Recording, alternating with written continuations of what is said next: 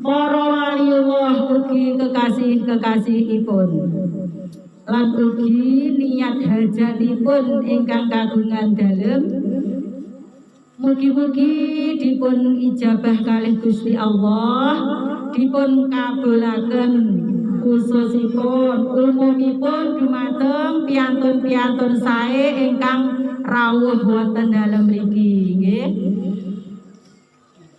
Kula suwun mangke panjenengan sedaya nek mau sholawat utawi zikir ingkang ikhlas estu-estu mugi-mugi niat hajat panjenengan mangke ditampi kalih Gusti Allah sareng-sareng nggih.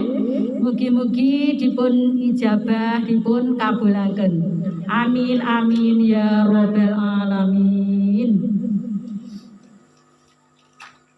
Sholawati fil qulub mugi-mugi nek wonten sing nyandang gerah utawi keluarganipun mugi-mugi dipun angkat penyakitipun, diparingana kesehatan jasmani ugi rohaninipun.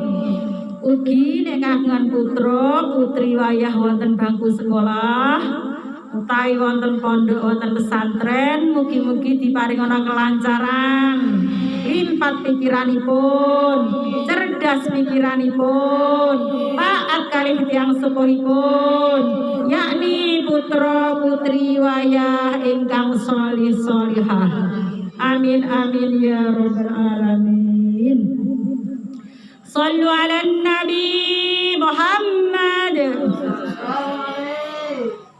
Allahumma salli ala sayyidina Muhammadin sibil qulubi wa dawaiha wa afiyati Allah abdani wa sifaiha wa nuril absari wa diyaiha wa ala alihi wa sahbihi wa sallim.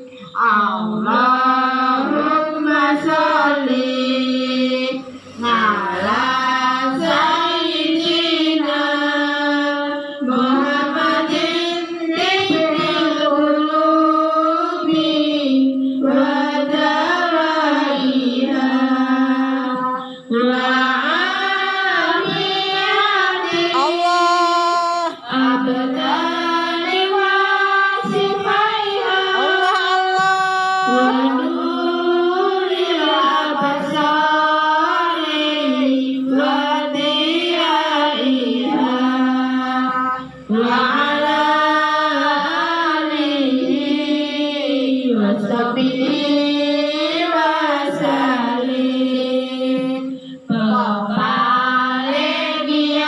Pepalegiakeun selo berkahi aja gawe aku aja ladalan aja cahil aja ati sedekah lan aja jalimun aja guru alaman lan aja lada wong lada pan gelis mati lan aja ati ngiwa sapa nandur bagus bakal panen uga seneng ayem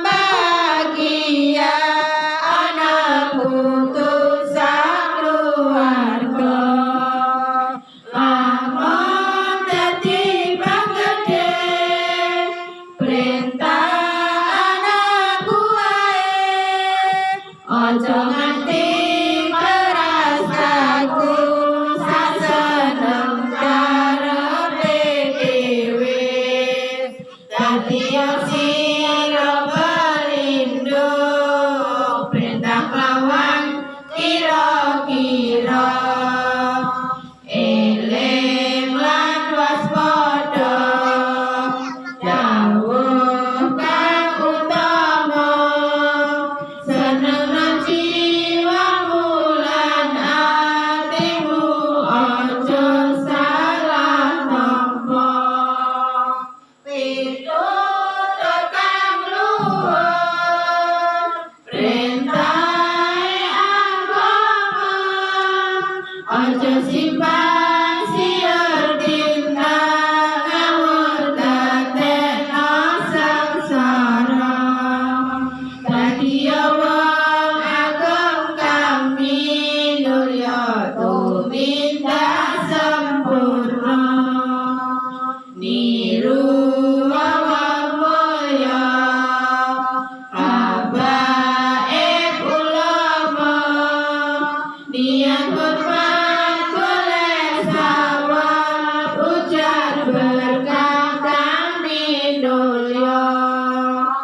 Aja sampai modal,